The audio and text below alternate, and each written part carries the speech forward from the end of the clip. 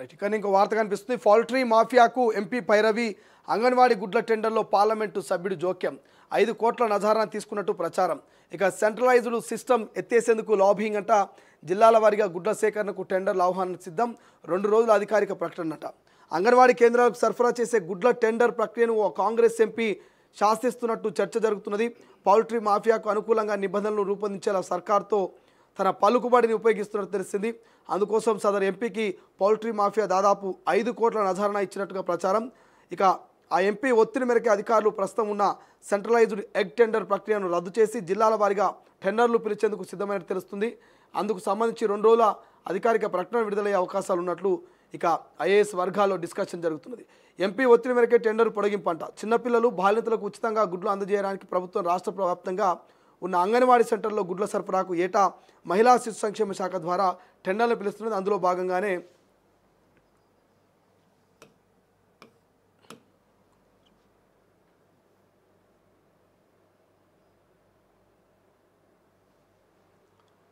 ఈ ఏడాది మార్చి 30న టెండర్ ఆహ్వానించారు. అయితే టెండర్ల గడువు 2-3 రోజుల్లో ముగిసే సమయంలో దక్షిణ తెలంగాణకు చెందిన ఓ కాంగ్రెస్ ఎంపీ ఎవరా ఎంపీ, దక్షిణ తెలంగాణకు చెందినటువంటి ఎంపీ ఎంట్రీ ఇచ్చారు. ప్రస్తుతం ఉన్న టెండర్ల నిబంధనలు మార్చి కొత్తగా టెండర్లు పిలవాలని తనకున్న పలుకుబడితో ప్రభుత్వ పెద్దలపై ఒత్తిడి పెంచినట్టు తెలిసింది. దీంతో సదరు పెద్దలు మహిళా శిశు సంక్షేమ శాఖను ఆదేశించడంతో ఉన్నపలంగా ఏప్రిల్ 15న టెండర్ల గడువును నెల రోజుల పాటు మే 15 వరకు పెంచుతూ నిర్ణయం తీసుకున్నారు. అయితే టెండర్ గడువు పెంచిన విషయం సదరు శాఖ మంత్రి సీతక్కకు సైతం తెలియదనే గుసగుసలు సెక్రటరీ వర్గాల్లో వినిపిస్తున్నాయి. సెంట్రలైజ్డ్ సిస్టమ్ ఎత్తివేసేలా ప్రస్తుతం అమల్లో ఉన్న సెంట్రలైజ్డ్ టెండర్ సిస్టమ్ను ఎత్తేయాలని పౌల్ట్రీ రైతుల పేరిట కొందరు కాంట్రాక్టర్లు ఏకమయ్యారు. గత ప్రభుత్వం రైతులకు నేరుగా సరఫరా చేసే అవకాశం ఇవ్వలేదని, ఈ ప్రభుత్వంలో తమకు న్యాయం చేయాలని సదరు ఎంపీని ఆశ్రయించారు.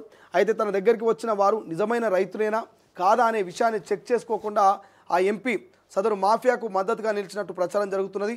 అందుకు పార్లమెంటు సభ్యుడికి ఏకంగా 5 కోట్ల నజారా ఇచ్చినట్లు కాంగ్రెస్ వర్గాల్లో ప్రచారం జరుగుతున్నది.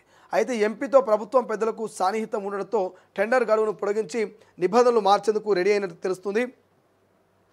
ఇక రాష్ట్రంలో డీసెంట్రలైజ్డ్ సరఫరాలో అక్రమాలంట.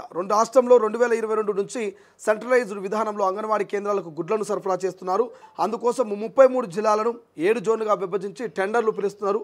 ఈ విధానం ద్వారా గుడ్ల సరఫరాలో మానిటరింగ్తో పాటు అక్రమాలకు చెక్ పెడుతున్నారు. అయితే ఈ విధానంలో సరఫరాదారులకు పెద్ద ఎత్తున లాభాలు రావడం లేదని, అదే జిల్లాల వారీగా టెండర్లు పిలిస్తే సరఫరాలో అక్రమాలు చేయడం వల్ల ఎక్కువ లాభాలు పొందవచ్చనే ప్లాన్ వేసినట్టుగా ప్రచారం జరుగుతున్నది. అందుకోసం సదరు కాంగ్రెస్ ఎంపీ ద్వారా జిల్లాల వారీగా టెండర్లు పిలవాలని ఒత్తిడి పెంచుతున్నట్టు తెలిసింది.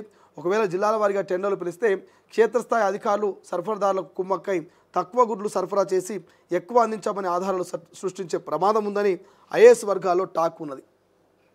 టెండర్లు తెరుస్తారా? ప్రస్తుతం ఉన్న సెంట్రలైజ్డ్ టెండర్ల గడువు నేటి అంటే ఈ నెల 15తో ముగుస్తున్నది. ఆ తర్వాత టెండర్లు తెరిచి తక్కువ ధరకు కోట్ చేసిన వారికి పన్నులు అప్పగించాలి. ప్రస్తుతం ఉన్న విధానాన్ని రద్దు చేసి డీసెంట్రలైజ్డ్ టెండర్ ప్రక్రియను అమలు చేసేందుకు ప్రభుత్వం మొగ్గు చూపుతున్నట్లు తెలుస్తున్నది. ఒకవేళ కొత్త రూల్స్ను అమలు చేయాలంటే ప్రస్తుతం టెండర్లను రద్దు చేసి మళ్ళీ టెండర్లను పిలవాల్సి ఉంటుంది. ఈ విషయంపై 2 రోజుల్లో క్లారిటీ వస్తుందని అధికారులు భావిస్తున్నారు. సో ఇట్లుంటుంది కథ. ఎట్లుంటుంది ఆ కథ అంటే గిట్లుంటుంది. అధికారంలోకి రాకముందేమో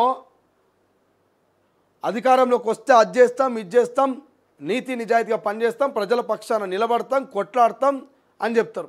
ఇక అధికారంలోకి వచ్చినాక గిట్లా దక్షిణ తెలంగాణకు సంబంధించిన ఒక ఎంపీ 5 కోట్ల రూపాయలు మరి అసలైన రైతులు అంటే కాదంట, ఆయన దగ్గరకు వచ్చినటువంటి మాఫియాతోటి కుమ్మాయికి 5 కోట్లు తీసుకొని మరి సెంట్రలైజ్డ్ ఉన్నటువంటి టెండర్లని కాస్త ఇక జిల్లా వారీగా టెండర్లకు మార్పులు చేర్పులు చేసి ఆ టెండర్ల గడువు తేదీని పెంచిందట. 7 జోన్లలో 33 జిల్లాలు 7 జోన్లుగా విభజించి గతంలో టెండర్లు వేస్తే ఏంది ఈ టెండర్లు అంటే అంగన్వాడీలలో పిల్లలకు పౌష్టికాహారం కింద గుడ్డు పంచుతారు, పాలు పంచుతారు.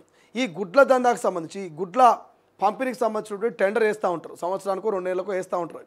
ఈ టెండర్ల విషయంలో మరి ఇక ఆయన ఇన్ఫ్లుయెన్స్ మొత్తం యూజ్ చేసి ఈ ఎంపీ పైరావు చేసినట్టు, దక్షిణ తెలంగాణకు చెందిన ఎంపీ పైరావు చేసి ప్రభుత్వంలో ఆయన ఇన్ఫ్లుయెన్స్ యూజ్ చేసి ఇక పౌల్ట్రీ మాఫియాకు మరి తక్కువ ధరకు ఆ టెండర్ని అప్పగించే ప్రయత్నంలో భాగంగా సెంట్రలైజ్డ్ సంబంధించిన టెండర్ని రద్దు చేస్తూ కొత్తగా ఇక జిల్లాల వారీగా టెండర్ ఉంటే జిల్లాల వారీగా అవినీతి అక్రమాలు ఎక్కువ చేయొచ్చు, తక్కువ గుడ్లు ఇచ్చి కూడా ఎక్కువ ఇచ్చినామని రాసుకొని మళ్ళీ ఆ పైసలు తీసుకోవచ్చు, బిల్లులు లేకపోవచ్చు, అక్రమాలకు ఎక్కువగా ఛాన్స్ ఉంటుందనేటువంటి ఉద్దేశంతో మరి ఎంపీ గారి దగ్గరికి కొంతమంది బాధితులు పోయి ఆయనను కలిస్తే వాళ్ళ అసలైన రైతుల కొసర రైతుల మరి క్రాస్ ఎగ్జామినేషన్ చేసుకోకుండా మరి ఆ దక్షిణ తెలంగాణ ఎంపీ ఆ పౌల్ట్రీ మాఫియాకు మద్దతు తెలుపుతూ 5 కోట్లు తీసుకొని ప్రభుత్వంలో ఆయన పెద్దల సహకారంతో చక్రం తిప్పే ప్రయత్నం చేస్తూ ఉన్నట. మరి ఈ విషయం సీతక్క కూడా తెలియదట. ఎందుకు తెలియదు సీతక్క? ఇప్పుడు శిశు సంక్షేమ శాఖ మంత్రిగా ఉన్నటువంటి సీతక్క కూడా తెలియదట. కొంతమంది ఐఏఎస్ ఆఫీసర్లు చెప్తున్నారట ఇది కనుక జరిగితే భారీ స్థాయిలో కుంభకోణం జరిగే అవకాశం ఉంటుంది, భారీ స్థాయిలో అవినీతి జరిగే అవకాశం ఉంటుందని మరి హెచ్చరిస్తూ ఉన్నారట.